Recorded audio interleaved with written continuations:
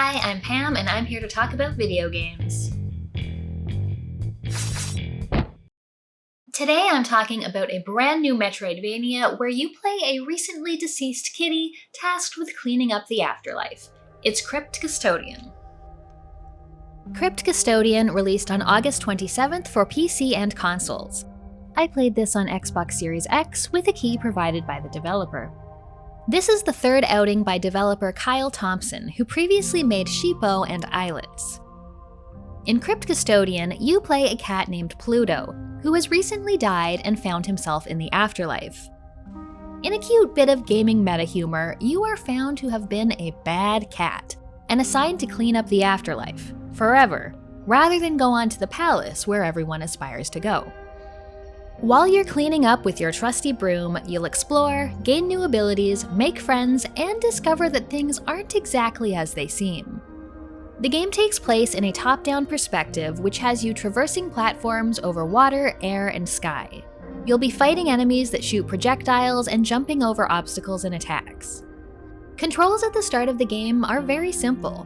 You can jump, attack with your broom, and dash or dodge forward. It doesn't take long before you start getting new abilities. You'll soon find special attacks which you can use when your energy vessel is full. You fill this up by attacking enemies.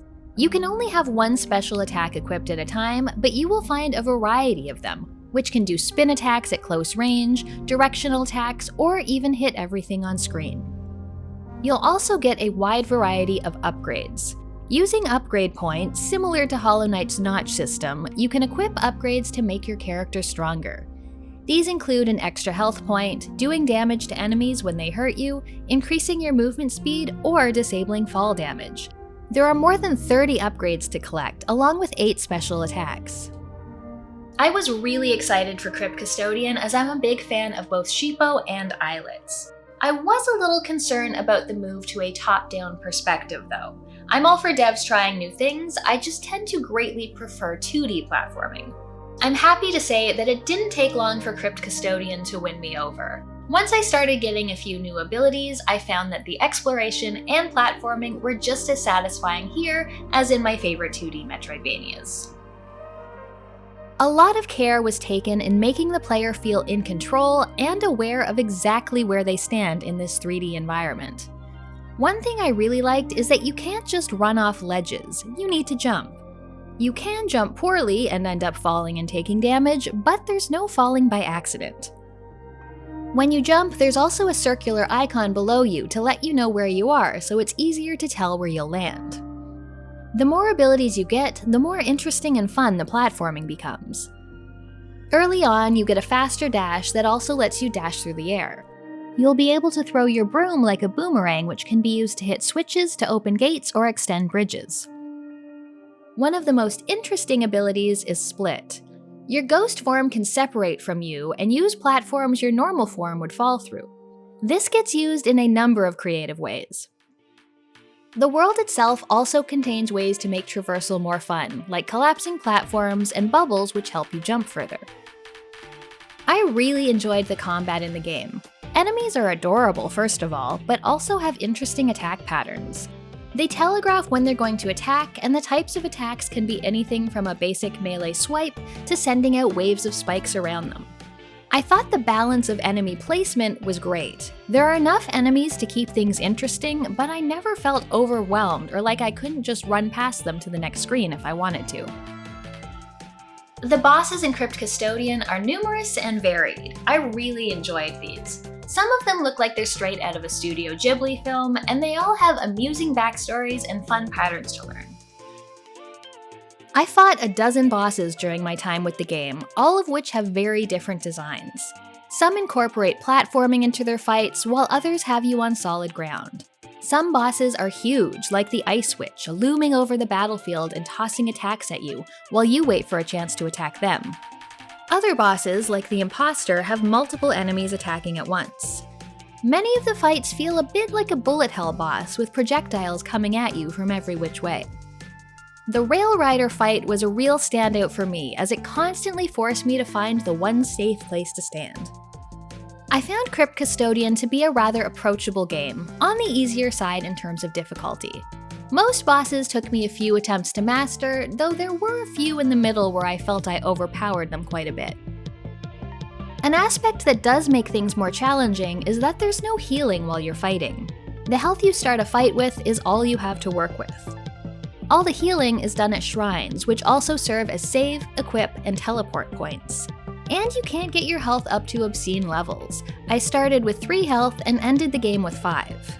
You don't lose anything on death, you just go back to the last shrine you visited. There are also difficulty options. You can choose between easy, normal, and hard, and can change difficulty at any time.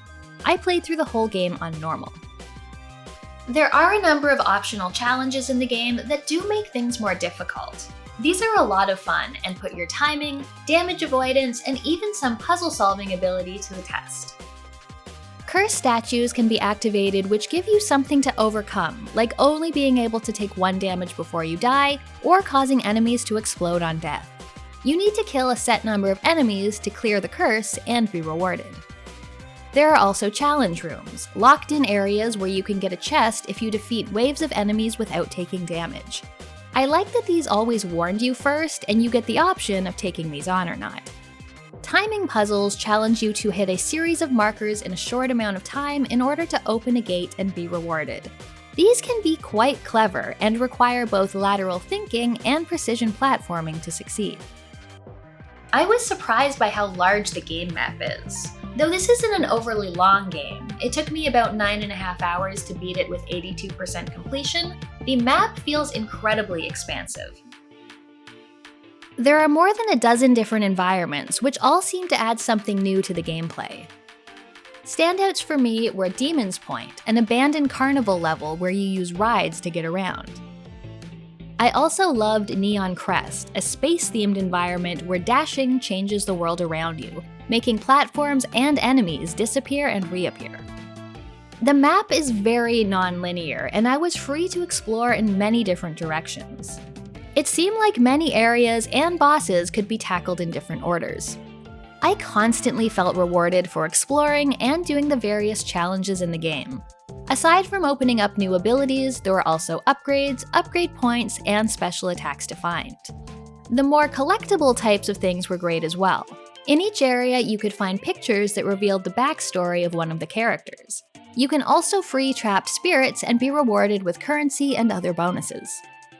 Garbage, which is gained from defeating enemies or smashing piles of it you find, can be used in the Sinner's Inn to buy upgrades as well. If you're stuck, you can buy map markers to mark an area where you've missed something, or one that will tell you where you need to go next to progress. You're also free to mark up the map yourself. It's quite a useful and informative map, and the shape of it directly reflects the actual areas, which I always love to see. Traversing the map is also very convenient, as you can teleport back to the last shrine at any time, and teleport between shrines. This game has a ton of charm in both story and presentation. I usually don't care too much about story in my Metroidvanias, but I did find myself caring about every character I met. Though this is a game about the afterlife and being in the bad part of it, it's all rather lighthearted. At the same time, experiencing the stories of how each character died and who and what they left behind could be both beautiful and bittersweet. I really like talking to each character and finding out more about them. The dialogue is amusing, and I never found myself thinking that there was too much of it. The visuals are simple but effective, with cute characters and enemies and interesting environments. The music fits perfectly. It's whimsical and does give an otherworldly feel. There are a lot of pleasing little touches. The death animation and accompanying sounds make death feel impactful even when it's not all that punishing. The sound effects are great, whether it's from smashing vases, splashing water, or popping bubbles.